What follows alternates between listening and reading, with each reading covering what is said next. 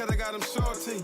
Yeah, I see the game from a distance. I'm young and I'm gifted like I came on Christmas. I got my bread up and head to the sky. I just wanna do Ray from RaeROQ Magazine. We're here with Rackboy Cam. What's up? What's up? How you been? I've been good. You know, been taking a day at a time, just living life, grinding. I'm getting ready to drop a new project. So probably like August, September. Okay. Yeah. Getting ready to roll out, you know. Okay, so take me through your journey. You started promoting and then you got into the music. Like, how did you get started with rapping? I've been doing music for about like 5-6 years now. Yeah. I started off as a party promoter, booking anybody from Fabio, Young and May, A Boogie, Jacquees, Uzi. Pretty much anybody that came to Jersey, I had something to do with booking them. So it got to a point I was like, I wanted to grow my brand some more. So it got to a point I'm like, damn, what else can I do besides throwing parties? So I want to take it to another level. So it got to a point I'm like, I see all these artists coming and they making all this money. And I'm like, shit, I'm cool like them too. I love music. I can rap too. So I'm just going to try it. Then I just ended up trying it and I ain't never looked back since. Yeah. So it wasn't, I mean, for people that don't know the party game and the music game, they go hand in hand. It's the same thing. I mean, outside of the actual music, a step from that's about marketing and pushing your brand. So it's like the things I would have to do for a party promoter is the same things I got to do to push a record. I got to promote it, be in people's faces, run up on DJs, and basically bring awareness to the actual brand. So it's the same thing. You name your mixtapes Images Everything, Yeah. right? Mm-hmm. So I believe you have 4 of them? Yeah, 4. And that's all of your mixtapes in total. So take me through, where were you at, I guess, mentally when you were creating the first Images Everything versus the 4th last one? Yeah. It's pretty much the evolution of me starting off because I never was really a rapper. So kind of like I had to find my sound, I had to groom myself, go through everything to become who I am today. So I had to prepare myself mentally, but also physically and everything, and lyrically and stuff like that as far as because I ain't know nothing, so I had to start from scratch. I ain't know how to count bars, I ain't know how to write hooks, I had to work on my flow, and I really, like honestly, I didn't really like try to like copy off of any other artist. I kind of just went in myself. So it took some time and it took some years, but I got the hang of it. So the first 2 projects is me kind of like trying to find myself, and the 3rd and 4th project is me actually finding myself and pretty much developing who I am right now as a Rackboy Cam. You know. Okay. Yeah. And what would you say are, I would say, your top 3 favorite tracks? It's hard because like I record so much. I got like 50 songs right now that didn't even come out, and I'm not even worried about the ones that's right now. Like prime example, I got a project that's coming out next month, but I'm so far ahead. I'm focusing on the next 2 projects after that. Yeah. So it's kind of hard to say, but I would say Fast Lane because that's the most views that I got on YouTube, 3 million. The second song would be Pray For Me. That's a song dedicated to my mom. She passed away 2 years ago. And I can say All I Know. Okay. All I Know is a record I'm about to drop. And that's the next single, and that's going to be the rollout to the actual project. So I would say All I Know because that's the record that all the DJs, like I'll send them snippets, and they'd be like, nah, that's the one. Or I'll let certain people hear like 10 records, and they'll pick out that record. So I'm like, I think that's the one that's going to take me to the next level. So I would say that record, All I Know. It's coming next month, August. So I don't know when you're going to air this, but when they see it, they're going to know, all right, check it out. Okay. But yeah. So before you mentioned that music and promoting go hand in hand, and like the base of that is like marketing. Yeah. How important has marketing been for you to build your brand? It's very important because at the end of the day, I'm independent. So I don't really have no engine. I don't have no help. So I'm kind of figuring it out by myself. But by me just trying and just really grinding and networking and bumping shoulders with people, I got introduced to a lot of different tactics and techniques as far as promoting, and I'm starting to learn the game, because the average artist nowadays, they don't really know nothing about marketing. They don't know nothing about business. All they do is just make a song, and they just think that it's gonna go like this. But it's a whole rollout, whole plan behind it that you gotta map out to actually push it to target your certain audience and to get their attention, and to get this song basically stuck on their brain. You know what I'm saying? And to create an actual movement for the actual record. You know what I'm saying? So a lot of people think like it's just, oh yeah, I'm rapping, I'm gonna drop a record, but that's like 20% of it, 10% of it. The rest of it is marketing. Everything is about marketing. So if you don't have any type of, I don't want to use the word gimmicks, but if you don't got some type of strategy, like your music not really gonna go nowhere, or some type of cosign or whatever. So it's like marketing is like 80% when it comes to, out of 100 when it comes to actually pushing a record. So I would say that's very important. Yeah, because like right now, like I'm still grinding, trying to get where I'm at, but there's a lot of artists in Jersey, period. They always hit me up like, Cam, what you think I should do to push this record? How you think I should do this? This should be my rollout. How should I try this? What you think about this? How much money should I spend into marketing? And it's just like a lot of people are really like lost when it comes to it. They don't know what to do. You know what I'm saying? So it's kind of like I went through a lot of trial and tribulations and spent a lot of money in right places, spent a lot of money in the wrong places, but I learned a lot, and that kind of, you know, helped my situation and kept me going and progressing in my career. So yeah. I would say one of the things that I always respected about you is like you always have had like a serious work ethic. Yeah. And you're very consistent. Yeah. How important do you think that's been in terms of building? I think that's very important, especially nowadays, because like in the era we in a microwave society. So it's like you could be hot tomorrow and then forgot about the next day. So it's kind of like you got to stay in people's faces every day. Every day you got to come up with something, whether it's music or some type of, I don't want to use the word gimmick, but gimmick, some type of, like, if you look at 90% of the artists now, is either they dropping music, they got some type of conflict, they arguing, they fighting with somebody, they doing something to kind of keep their name in the blogs or whatever the case may be until they drop new music, or while they actually pushing a new record. You know what I'm saying? Just because with the social media, everything's just be here today, going tomorrow, even quicker than how it was back in the day. You know what I'm saying? So by me being consistent and really dropping new music, it's just a way for me to stay in people's faces, so I'm never forgotten. And people always checking for what I'm doing, and that's basically how I grew my fan base, you know? Recently... Yeah, I was waiting for it. You won the case with YFN Lucci and P&B Rock. Correct. Your song Everything Be Lit, Yeah. your debut single, you kind of copied it and did the Every Day We Lit. Yeah, Every Day We Lit. How important is it for artists to understand, you know, the business about music, as far as, you know, making sure that you have your, you know, ASCAP, your BMI, or, you know, how important is it for new artists to actually, like, you know, be aware of, you know, the business part of it? I mean, it's very important. Luckily, I took key to that early in my career, because I'm that type of person. Like, before I do anything, I want to make sure the business is right, because I don't want to have to go double back and like start the process all over again because I didn't handle the situation the right way. I hate that. So I always been adamant about that.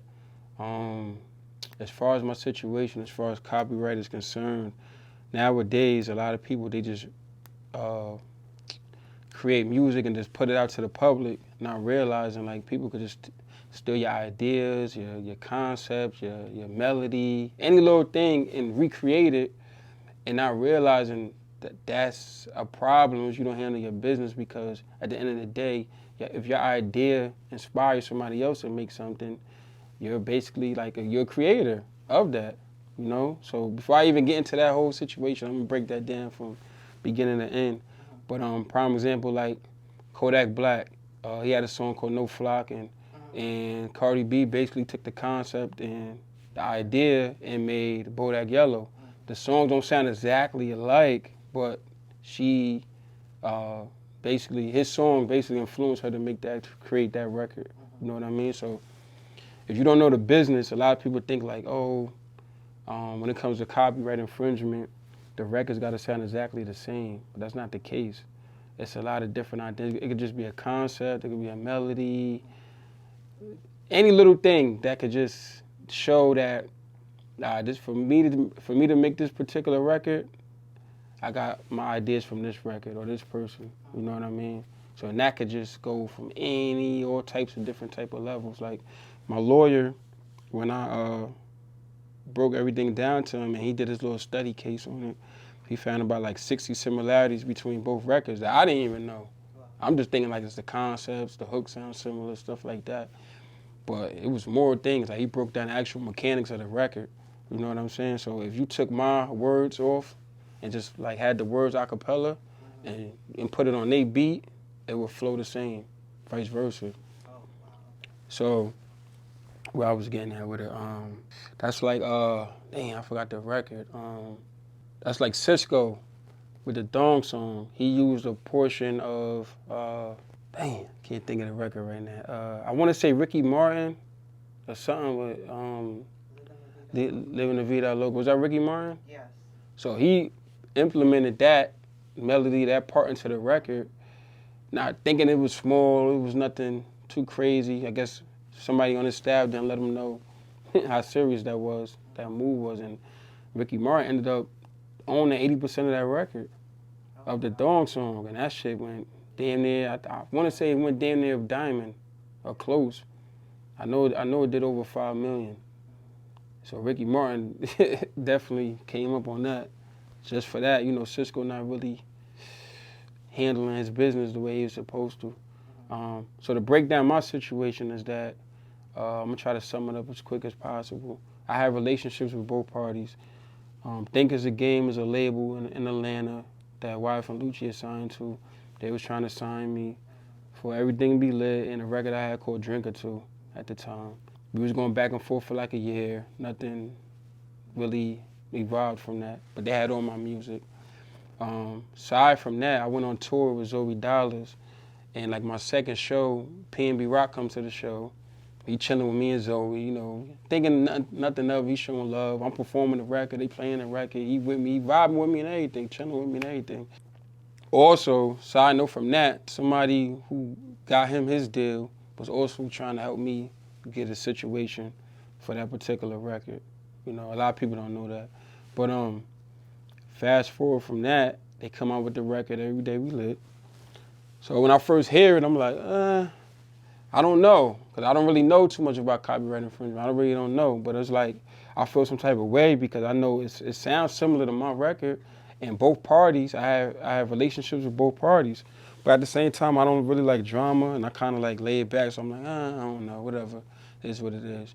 So at my job where I work with a lot of older people, and they was coming to me like, oh, Kim, like, what's up with that song on the radio? That sound a lot like yours. I'm like, I don't know, I'm just, whatever, brushing it off. But too many people kept coming up to me about it, so I'm like, nah, it's deeper than that. So I started doing my research on copyright infringement, and I started talking to lawyers and stuff, and they're like, yeah, bro, like, you definitely got a case, you know? So from there, I just went about, from before that, I ended up talking to Think Is a Game, and I'm trying to, like, piece it out with them and let them know, like, listen, man, you know, both records sound alike, y'all know what's going on. And I spoke to the A&R that actually was trying to sign me. He admitted to it, like, the record sound alike, it's very similar. And he was like, listen, I'm gonna work on giving you some publishing for the record, because I didn't really want nothing. I just say, yo, give me some points on the record, give me some publishing, maybe a feature from Lucci and a feature from P&B, and that's it. Let's sweep it under the rug and let's do what we do. You know, I don't like drama, like I said. I'm not really dwelling on that. So, as you know, they never came back to me. They went MIA. So I run down on P&B Rock, and I talked to his guy, the dude that actually got him his deal, that was trying to help me get a situation, and we were supposed to set up a meeting. That never happened. So I'm like, fuck, what am I supposed to do? The record getting bigger and bigger. Every 2 seconds, somebody come to me like, yo, what's up with that record? Sound just like yours. So I'm like, what am I supposed to do? I try to be the good guy, the nice guy, and work it out with them. That shit ain't work. So I'm just like, all right, man, I'm gonna take it to the courts. Got me a lawyer and took it from there. But a lot of people don't realize that I never said the songs sound exactly the same. I just said that my song inspired them to create that record. Without them listening to my record, they probably would never been able to create that record. So I'm not saying my record is better than theirs. I'm not saying none of that. Or I'm not saying they sound exactly the same. This, that, and the third. All I'm saying is I have relationships with both parties. They had my music. They had that record. And it inspired them to create that record. So for everybody, because a lot of people that didn't know the story, they was talking shit like, nah, the records don't sound nothing alike. And every day I got somebody, still to this day, talking shit to me about it. I'm like, bro, I never said that the records sound exactly alike. All I said was that I have relationships with them pertaining to this actual record. My record inspired them to create that record. That's what I'm saying. And I was actually rewarded writer's credit. So it's not overall production, it's writers, meaning for the lyrics. So that's how much money, that's why I was rewarded that money, before the actual lyrics and the concept, the idea of the actual record. Not the production, not the beat. You know, it's just to clear it up for a lot of people that's confused or they don't know what's going on, but that's basically what it is, yeah. So, my fault not to cut you off, but without the copyright, me putting in that copyright, and I'm gonna break that down too. So, I put in the copyright before they even actually came out with their record, but the person I went to actually filed my copyright, they put it in the system the wrong way. So I couldn't get in contact with the copyright office because they was reaching out to that person basically about the record, but he was so busy that he couldn't really, talk to them. So months go by, and I'm like, damn, what's going on with my copyright? So it didn't end up going through to after they came out with their record. So being that it came out after they came out with their record, that shit kind of fucked me up because it's like, they came out with their record, they copywritten it before you, even though you know the story, they know everything was going on, but being that mine registration number from the copyright came out after their record, it's pretty much like, it fucked me up. Because if my shit would have came out before theirs, I would have been entitled to 100% of what they actually made for the record. So being that it came out after they came out with theirs, I only was entitled to the writer's share. So that fucked me up big time because I would have got 8 million versus 1.7 million. But I mean, I'm thankful, I'm blessed. It is what it is. Like, it's just a learning experience. But yeah, make sure whoever do your copyright, they know what they're doing because they could cost you a lot of money in the future. You know what I'm saying? Because the person who did mine cost me a lot of money. But like I said, it's a life lesson, and I'm humbled by it. It's also a blessing because who you know that somebody took their record and it went platinum, went gold and platinum and sold a lot of records. You know what I'm saying? So, but luckily I knew the business, so I worked it and used it in my favor. You know what I'm saying? But yeah, make sure whoever do your copyrights, they know what they doing. Because if mine was done the right way, I probably would have been seeing more money.